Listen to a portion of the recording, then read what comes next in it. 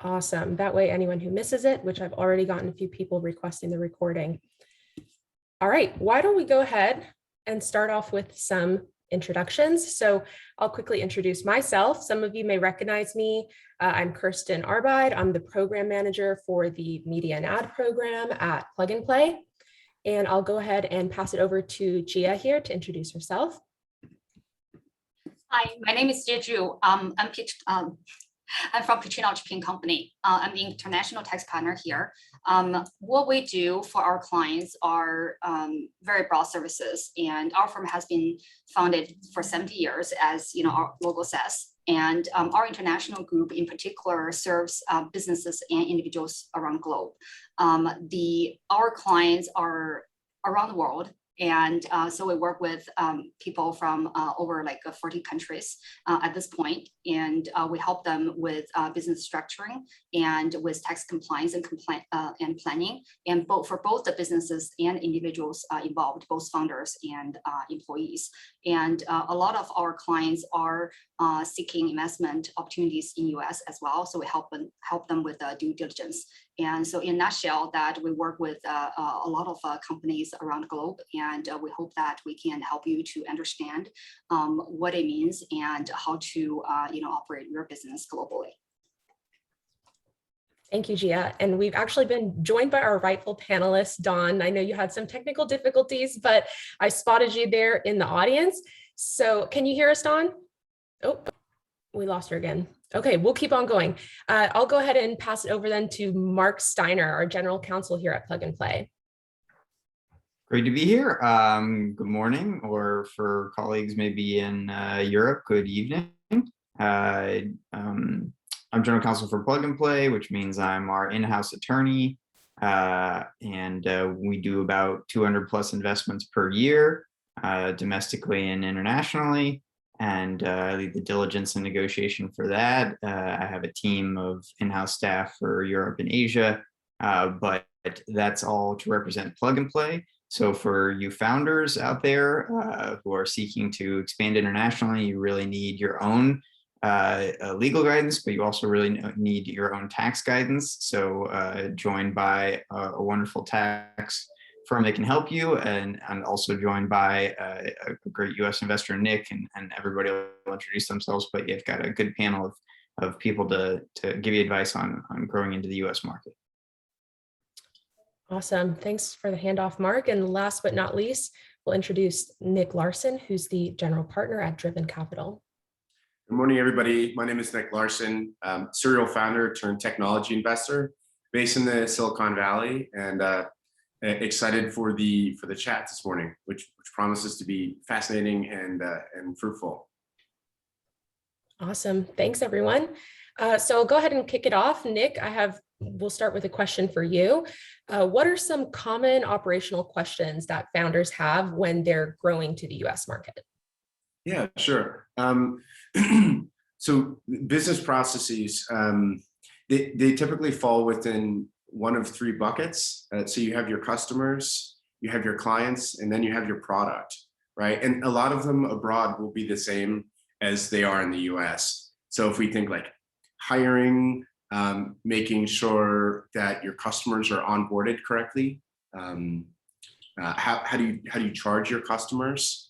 And then also for product, like how are you learning from your customers and implementing that feedback into product as well? So there's a lot of parallels, but typically those are the three buckets that they fall into. Great, that makes a lot of sense. I definitely know that's something that we see a lot at Plug and Play, or not just companies seeking feedback from their clients, but from mentors and experts in their industry, especially to help them, hone their product. Great. So, Mark, what are some considerations when establishing my business in the US market if I want to raise money from VCs? And actually, Nick, maybe you can touch on this question as well. Sure. I think Nick's opinion matters a lot here, being a guy who writes checks. But I'll jump in first and just say that the beginning of the question is really relevant, I think, for founders, which is that when I talk with our potential portfolio companies about whether they're going to flip to the US, meaning if they're going to incorporate their parent company in the US, or whether they're going to have their parent company be in Germany or Japan or elsewhere. And I really kind of try to say strategically for founders, well, where are you planning to raise the money, that will fuel your company? I'd say that's the most important question. And secondarily, it would be a question of, where are most of your customers going to be, at least in the next, year or two.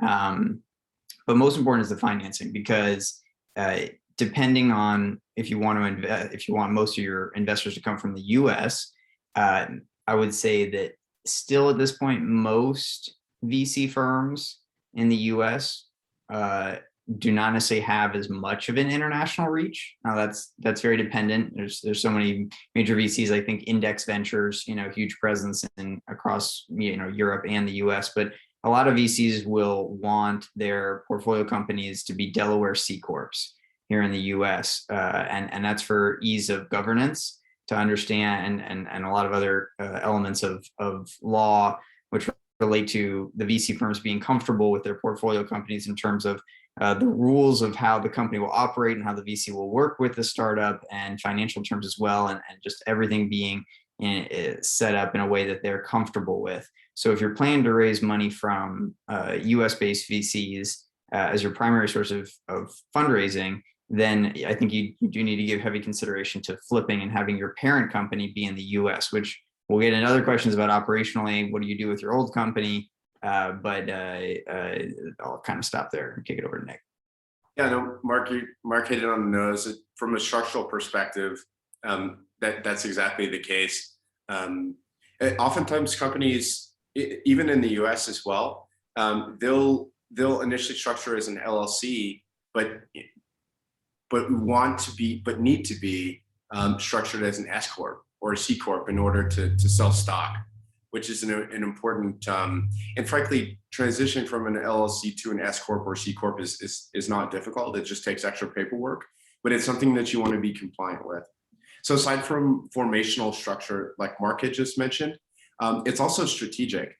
So if we think about, because right now the market's saturated with capital, there's a lot of brand new funds. There's a lot of funds that are moving on to the second and third fund.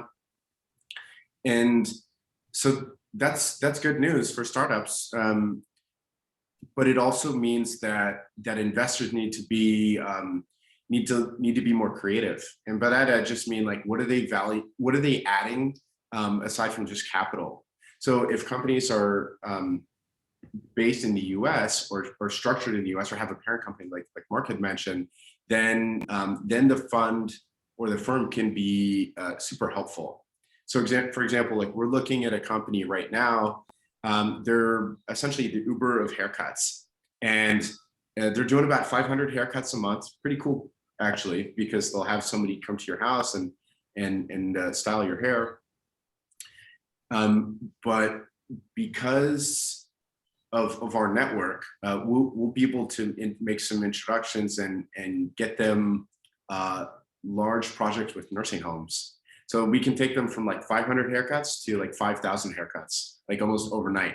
That's the kind of interesting value add to reverse engineer the startup's early revenue or early growth. And revenue cures all things. So that's something good to consider. Awesome. Thanks, Nick. And you'll have to share the name of that company with me, because I am in need of a haircut sometime soon. Yeah, sure. Quickly, before we head on to the next question, which I do have a follow-up question for you guys, I want to just remind everyone in our audience that you can use the Q&A box at the bottom of your Zoom window. So if you have any questions for our panelists, let us know, and we'll go ahead and answer those as well. So quick follow-up to what we just discussed, and Mark, you alluded to this briefly.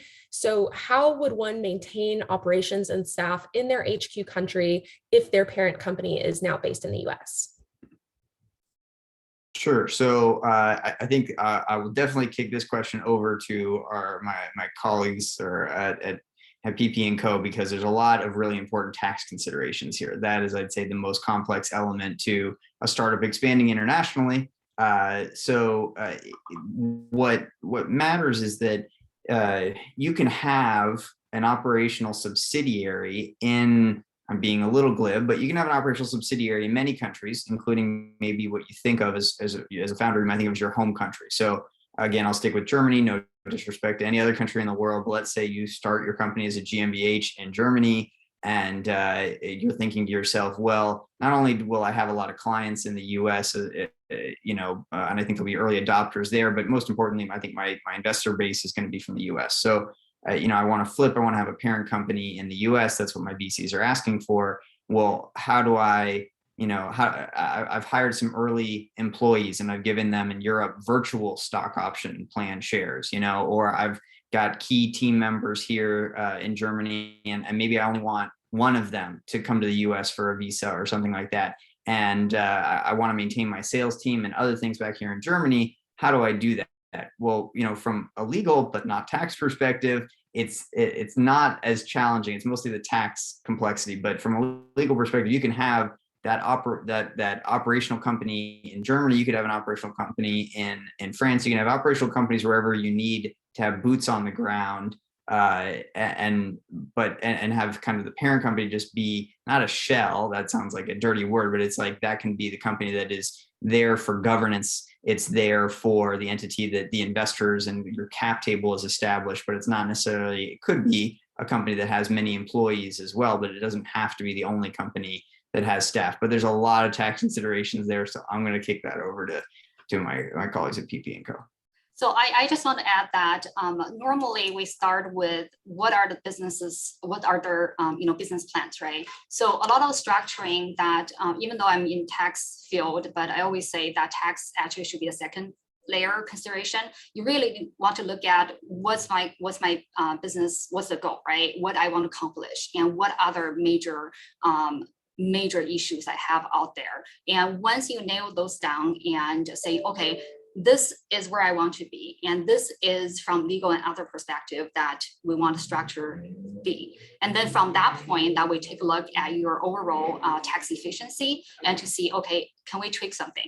And that without damaging your primary goals. So that's what I just want to add into that. And you can structure any way you want, actually. So it's pretty flexible. But at the end, you want to consider, just not the legal and the finance and each country's specific laws. And then you kind of put together, have a, efficient plan overall. Great. And just to follow up to that, so now that we understand more about situating a company and maintaining our operations and staff in the HQ country, what is the right structure, or how do we find out what the right structure is for that business in the US? Question for me? Yes. All right. So this really depends. And for example, people don't like it depends, but it truly depends. And for example, one consideration is where do you want to have your IP, right? And where do you want to, for example, if I'm selling certain product, it could be tangible, it could be software, it could be anything. And what are the intended use? What's my market, and where's my customers? And would they make sense if I have an IP at a offshore, meaning outside US, and offshore company and holding the worldwide IP, and or I would like my IP to be held under the US company. So it really depending on what the answer and the structure can be different. And but for the most part, a lot of the companies, international companies, when they start in the US, the C corporation, like Mark said, the Delaware C Corp is the most common one. It's not just from the fundraising perspective, it's also from the compliance reporting perspective. That's the most commonly chosen structure. And in this case, that one added benefit to that, if you are a foreign shareholder, foreign funder, that when you have a US C corporation, and I can touch more on the founder taxation, but generally speaking, when a foreign person owning US C corporation shares, that if there's any exit plan and you make a lot of money upon the exit, and the capital gain could be completely tax-free for you. So that's why C Corp is one of the top choice. Nick mentioned S Corp. Unfortunately, S Corp is not available when there are foreign shareholders, and so that's one of the limitations. But when you have a corporation that's everybody, all the shareholders are U.S., can be considered U.S.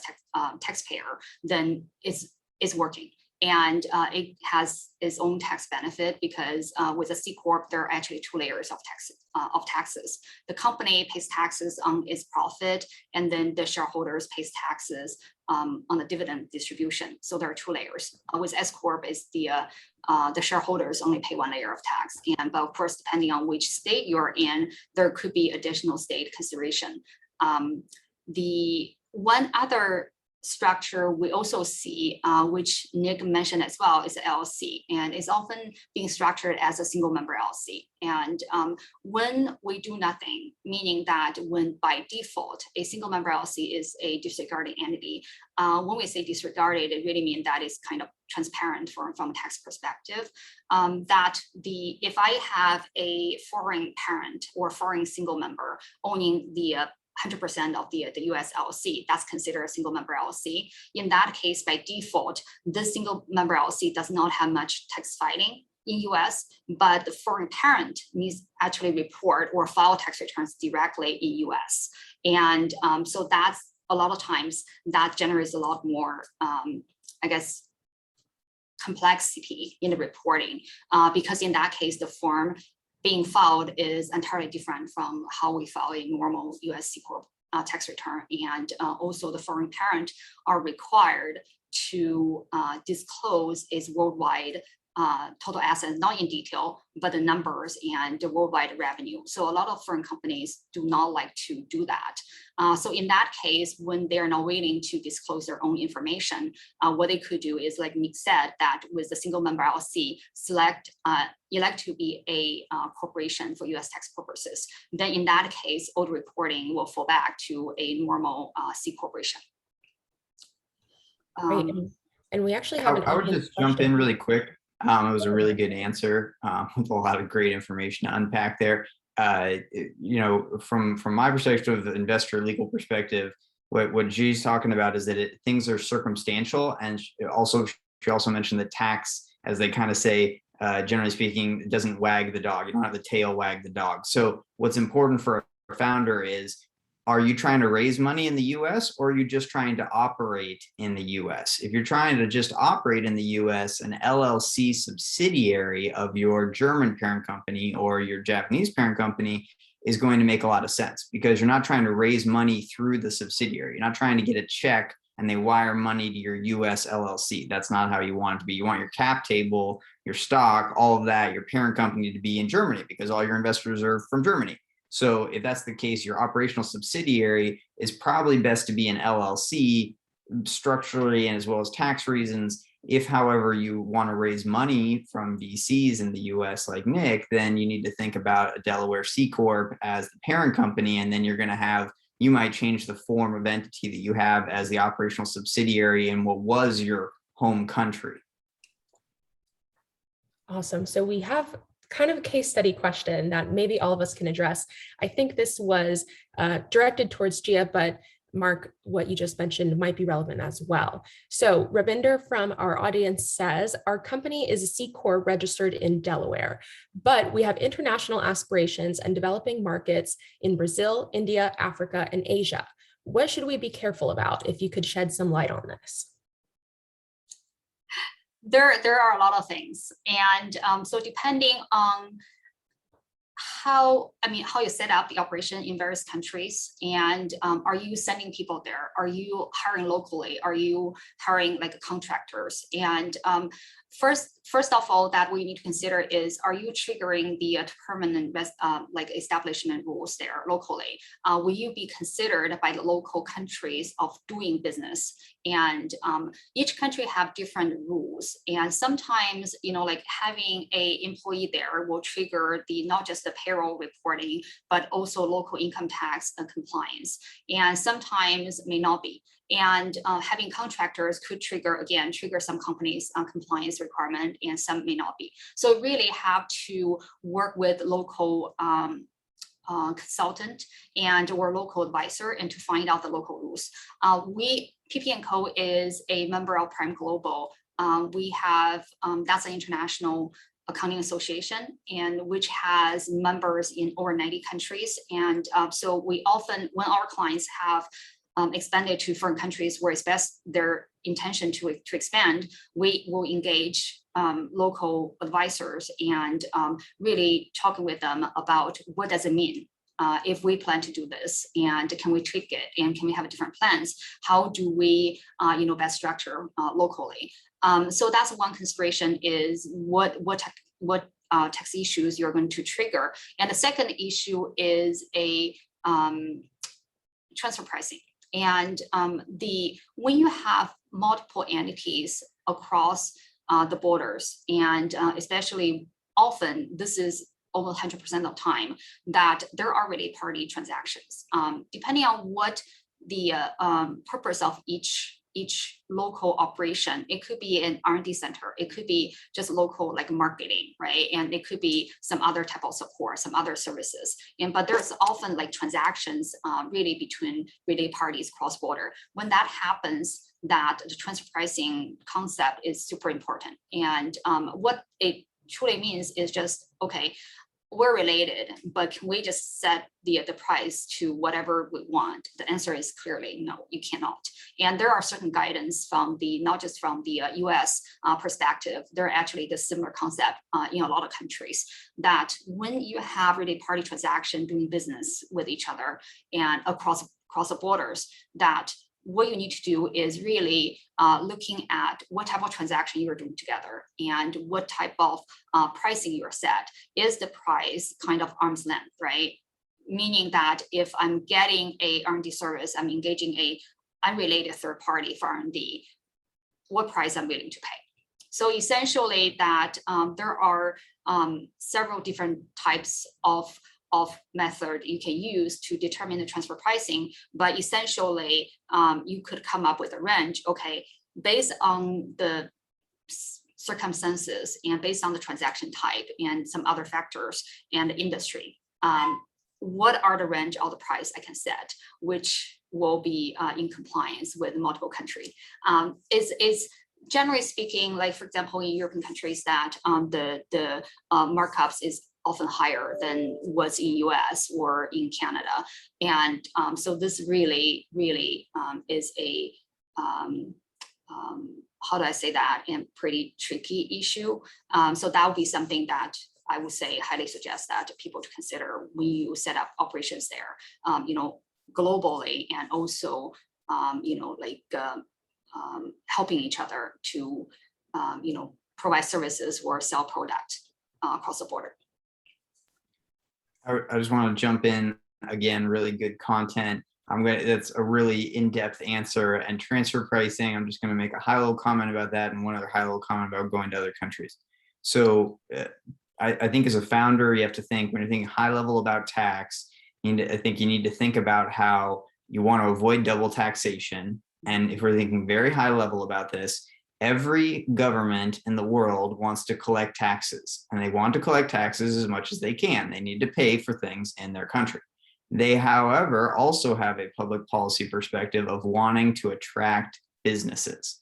So that is also how you build your tax base. You need to collect from whoever's in your country, and you also need to bring as many possible new businesses locally, internally, as well as externally. So there's a motivation to bring companies into emerging markets. But there's also a motivation to tax them. So, you want to use a good firm, which you have here on the call, to help, guide you through things like transfer pricing, to help you avoid, double taxation when it's not necessary. And in that sense, then it's, I think, kind of tying into, countries want you to come expand into their country, but they also will want to tax you whenever it's legally permissible, and you want to avoid things that are permissible but not required. And the other thing I would say about expanding into new markets, a lot of it does relate to whether you're going to have boots on the ground or not. But if you're not going to have a huge presence in a country. So you just want to, tap your toe into the water. It can be very expensive and very exhaustive. Time is money as well for an early stage startup that doesn't have, thousands of employees. And if you want to, for example, dip your toe into the Brazilian market, I'll just use that as one example. Brazil is very bureaucratic. It is very complex and challenging country to enter into, very lucrative potentially and large. But it's not very easy to just whip up an entity and start onboarding employees, et cetera, et cetera. So one thing I think as a founder you can consider is what's called a PEO, but basically there are companies that will kind of be a one-stop shop for you, and you can go and say, hey, I'd like to hire one person in Brazil, and instead of forming your own subsidiary, instead of going through all of that, you might be able to hire one employee through this company. And the employee will actually be on the payroll of this, company, this PEO company. So you won't have that. Now you'll get charged substantially more for hiring this one employee, through this company rather than doing it directly. So it's not the kind of thing that's very scalable once you know that you're really going to enter into a market. But if you need to dabble into a market, that's something to consider. I want to add to that, and Mark brought a very good question, point about employment and what are the costs there. Also, when you enter a market, making sure that you understand what are the local labor laws. And certain countries, once you hire somebody, it's very hard to let them go. And it will be a very, painful experience, such as France. So making sure you understand and before you expand, and so you can avoid some painful moments later on. Great, thanks everyone. And thanks for the question. That was a great discussion. So I'll go ahead and turn it over to Mark with another question. If I already have employees and investors on my cap table, what happens when we flip to the US? Oh, you're muted. Sorry. So that's an excellent question. Again, there are important tax considerations in terms of how stock is treated, and that I'm definitely going to defer to PP & Co.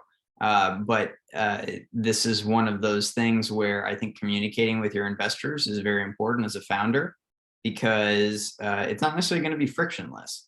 If you start, I'll switch from Germany here. I'll say let's say that you form an SAS company in France, and your initial investors are French, and the initial vision of your company, perhaps as a founder, is to be a French startup, and that's where your investors and customers are initially going to come from. And maybe 2-3 years from now we start to really expand, maybe beyond the EU. But this is where we are, and you take on some BSA heirs, which is kind of France's equivalent of a safe, or alternatively a convertible note.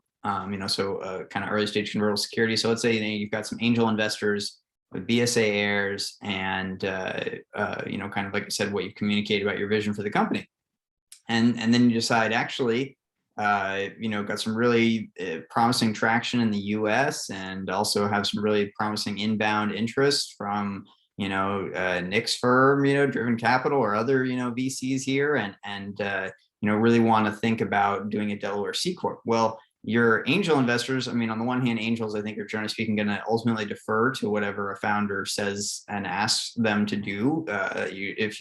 Usually angels are generally very supportive people, and the point is that usually they're high net worth people, and that's why they're usually in most jurisdictions that kind of makes them more exempt. But regardless, when you have these investors, they might be like, well, whoa, what is this US flip? I'm going to own stock in a Delaware C Corp. I don't understand this. I don't know this. I might not speak the language. I certainly might not be able to read complex legal documents in this language. I'm not necessarily comfortable with this happening. And there's two different things. There's, do you have the legal power to compel your investors to flip or not? But separate from that, whether or not you have the legal power to do so, even if you do, communicating that so it's a smooth transition. And I think a lot of that comes down to communicating with your investors, your employees, et cetera. And I think having kind of, some quick bullet points that your disposal in terms of a few things that almost everybody's going to ask about, which would a lot of those questions will be tax. So, is this going to impact me from a tax perspective? So being able to answer that to some degree, high level in a nutshell, without getting into too much detail, to say that you're not suddenly going to, for example, if your early employees or your investors are not suddenly going to have to pay, a 33% tax on the unrealized gain in the value of their stock. Being able to explain what's going to happen there will be a very important thing. So maybe I'll kind of stop there. Yeah, thanks, Mark. Any input on that, Nick, from the US perspective as an investor? Well, so there's certainly things that startups need to be concerned about as far as protecting themselves. But I think there's also a fair amount of opportunities that exist as well. So so Jay had mentioned R&D tax credits, which I think is a pretty interesting thing to address, because the legislation has changed around that in the last year or two, and that specifically means that the scope has broadened. So so now what is being defined as research and development is being applied in new ways. So if you're examining a new technology or a new process, there could be tax credits that are available to you, which means more money for your startup to scale. Perhaps you could put that into marketing or opening up a new office, right?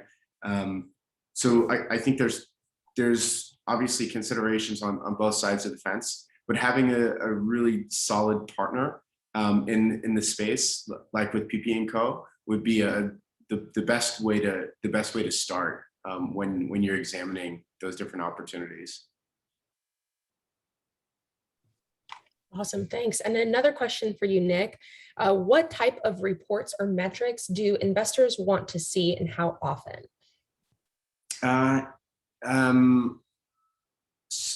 so I want to see that the startup is trying new things, measuring those successes, and then making iterations based on that.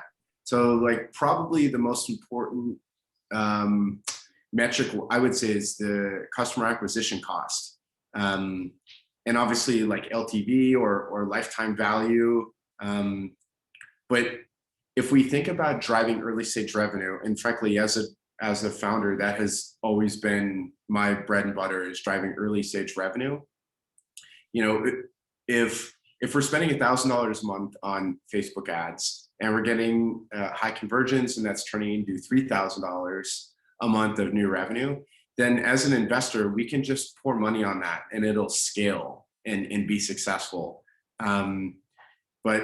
But I would say like referrals are super important when you're building that sales process. But yeah, just making sure that you're looking at like the KPIs of success and also like the KPIs of failure.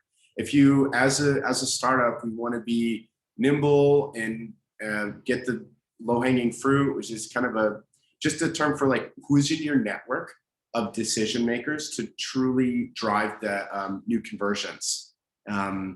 And yeah, KPIs of success, but also KPIs of failure. If we're going to try this new strategy or this new channel or this new target market, and we're not seeing the kinds of returns that we want within the 6 months, we'll know it's time to change tack, time to look for new strategy. Yeah, makes a lot of sense. Could you maybe elaborate on what you mean by KPIs for failure? Could you give a couple examples? Or even KPIs for success? I mean, those are maybe a little bit more obvious, revenue, things like that, but what about KPIs for failure? Well, okay, so good question. So going back to like the 3 different buckets that business operations typically fall within. So like you're either hiring new employees, you're getting new customers, or you're examining the product and what is the roadmap for each of those. Looking into what is working and what isn't. That's like the baseline. Also, again, like making sure that you're capturing the right data and then putting that into some kind of repository so where you can look back historically.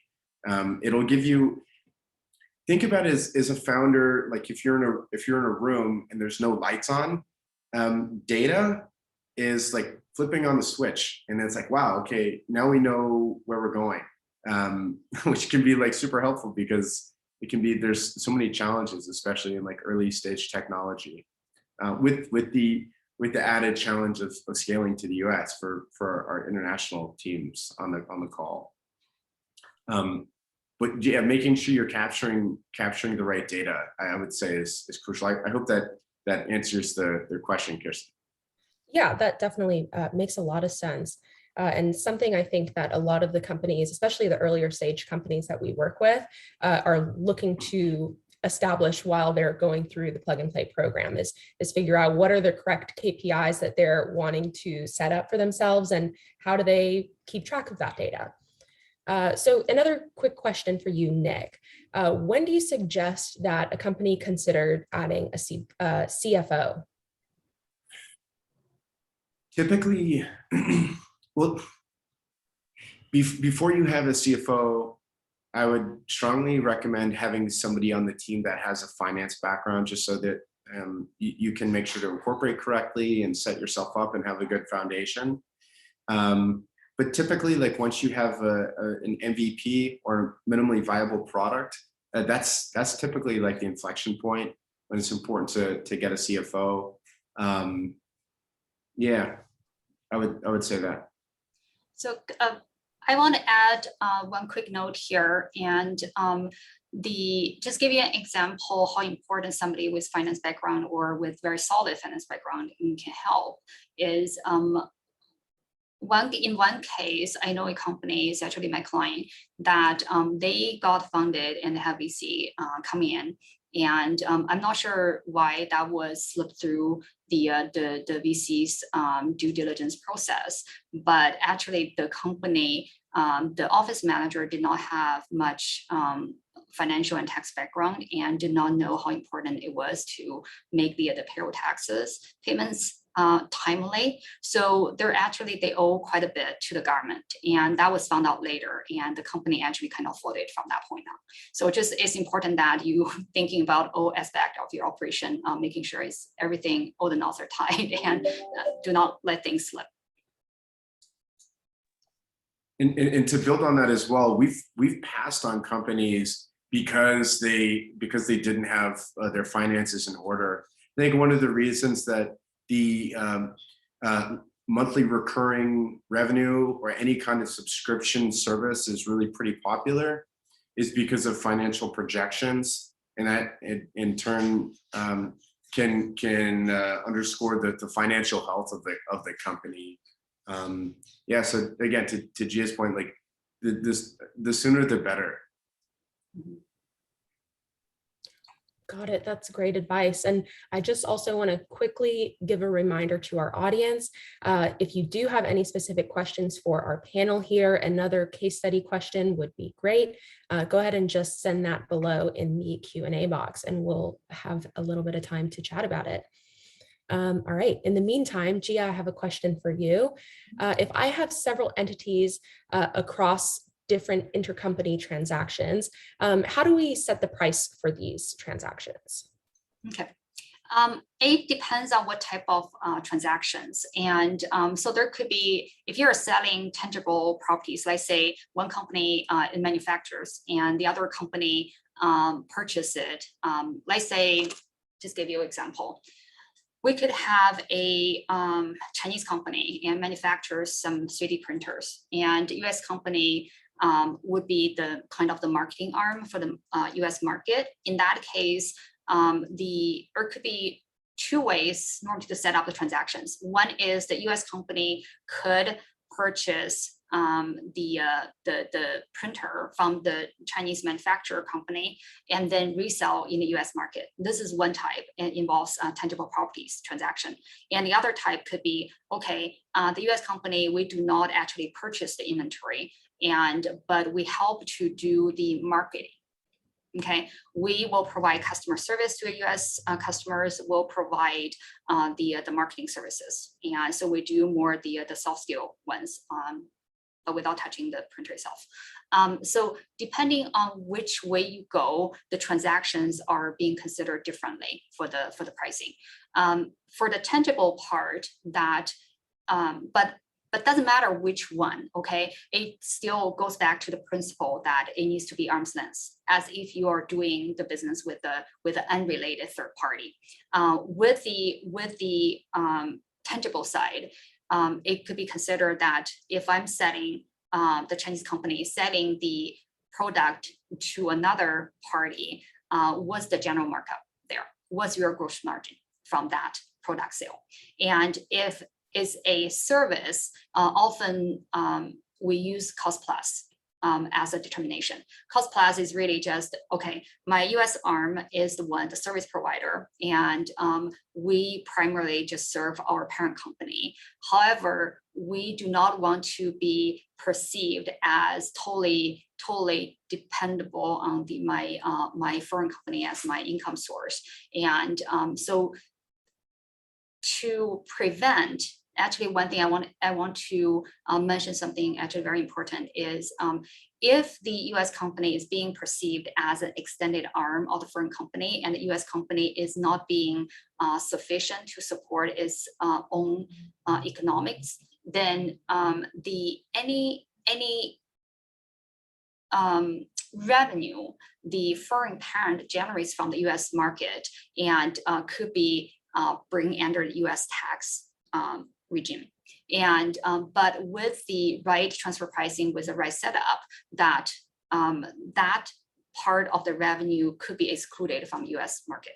Okay, and so that's why the transfer pricing is important, is when the US company is providing services and we want to set a price, so the US company is considered is self-sufficient. We have enough markup and to pay the taxes and to be considered profitable. That way, the US company will not generally not be considered as just a branch office or just the extended arm of the foreign company.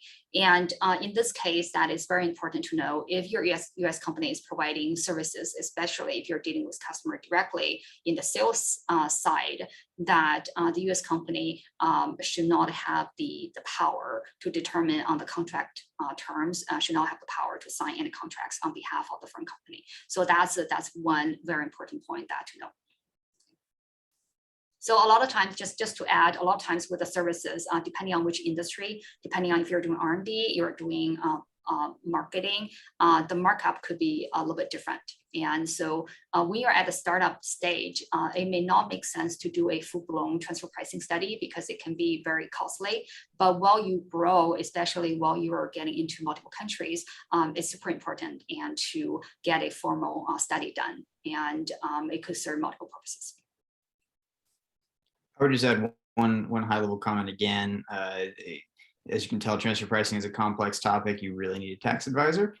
I'm just offering a high level bit of orientation here, which is that, again, as I mentioned, foreign countries, to whatever your parent company is, they want you to come into the country, right? They want you to establish a business there. They also want to tax you in said country. So really, I think what the goal of transfer pricing is to balance those two things. So for example, you cannot just go to a country and expect that all revenue and all costs related to your operations in that country will just be tax-free.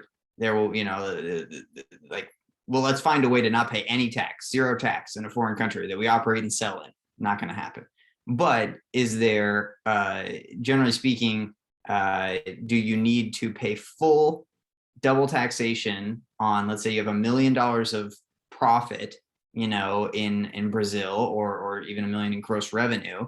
Do you have to pay the fullest Brazilian tax rate on that revenue and the fullest tax rate in your parent company when those profits come to, flow up to that parent company? So the goal there is in transfer pricing is to explain, hey, what are the costs that we have in our subsidiaries in our foreign markets, and what are the profits that we have, and what amount of these profits and these costs is attributed to the parent company and its operations, whether it be sales, marketing, whatever, how much of this is determined by the subsidiary, and there's a lot of complex analysis into all this, but the overarching objective of it is to be, completely legal and compliant, but also tax efficient so that you are paying an amount of tax that is fair and legal in Brazil, and the Brazilian government is happy to therefore have you in their country, but you are also, being tax efficient so that you're not wasting your investors' money, or your business's money, and you can spend it on other things. Yeah, and each country have a different kind of threshold. And for the US side, when you're a startup company, when your revenue below $2 million, and what if my transfer pricing, my prices are set not exactly where it is, and we're off a little bit? Is that a huge issue? May not be. And even if it's being discovered that the penalties and everything are pretty minor, I would say. And but once you pass that $10 million revenue bar, and if there's anything being found that it was not in compliance, from US perspective, then the penalty can be hefty. So just keep in mind of the threshold for each country. Great. And then actually, I think relevant to that point you just made, we have another audience question. The question is, how early on are taxes an important consideration? Is it important post-revenue or pre-revenue? Depending on, there are the actual taxes you pay, and there are compliance of it. Okay, so initially that the company may not be profitable, and so the income tax burden itself may not be a huge consideration initially. However, compliance side it is, and we often have companies have operations. Let's just take a US company, US parent with a foreign subsidiary, for example. Okay, so in that case, let's say I'm a US company, I have one subsidiary in China, another subsidiary in Brazil, and another subsidiary in India. I have 3 subsidiaries, and in that case, that when I do my compliance and I have the intercompany transactions with each of my subsidiaries. So in that case, when we do the tax compliance, there are several additional forms that need to be reported. And for example, for each of my subsidiaries, I have a form 5471 to file. And with the since I have related party transactions, I have a 5472 to file for each related party. So when we add them all up, that's 6 additional forms. This does not just impact your compliance cost. If you miss it, one form 5471 will cost you $10,000 penalty, and one form 5472 will cost you $25,000 penalty. So those are flat penalties. It does not matter if you owe any actual tax or not. So it can be very hefty. And even if as I said, even if your income tax is not a burden, your compliance and how to comply, should be considered from day one. I would just add, for our startups, keep it simple, stupid is always a good rule. And, Nick talked about, building your product and your initial sales, and your investor base. And this is why I say, you don't want 5 subsidiaries when you are pre-revenue, and you don't want a $50,000 check investor from Brazil, and therefore we're going into Brazil. No, you want to keep your initial market, your beachhead, and I don't just mean beachhead in terms of which clients you're going after first, which customers you're going after first, but which country you're going to operate in, which country you're going to raise money from investors. Just try to keep it within, I would say, as few countries as possible until you get to a certain scale. And then when you get to a certain scale, then certainly you're going to be entering into foreign markets, and there is a lot of tax and legal, compliance elements. You're going to need to spend money on these things. Do not cut corners on these things, but to not cut corners means you need to pay good money to good people. It's all well worth it, but this is expensive stuff. So I think it'll give you a perspective of if you've raised $400,000 to date, these are probably international expansion, maybe, temper that. But if you've raised millions of dollars, then that's a different story. Excellent. Well, I think we're at a good stopping point here as far as time goes. Thank you everyone who attended today. If you have any follow-up questions or you want to connect with any of our panelists, please reach out to me or reach out to your plug and play program manager, whoever they may be, and we'll connect you accordingly. And thank you so much, Gia, Mark, and Nick, for all of that insight today. I really appreciate you all taking the time to join us, and have a great rest of your day. Thank you. Thanks, everybody. Everyone.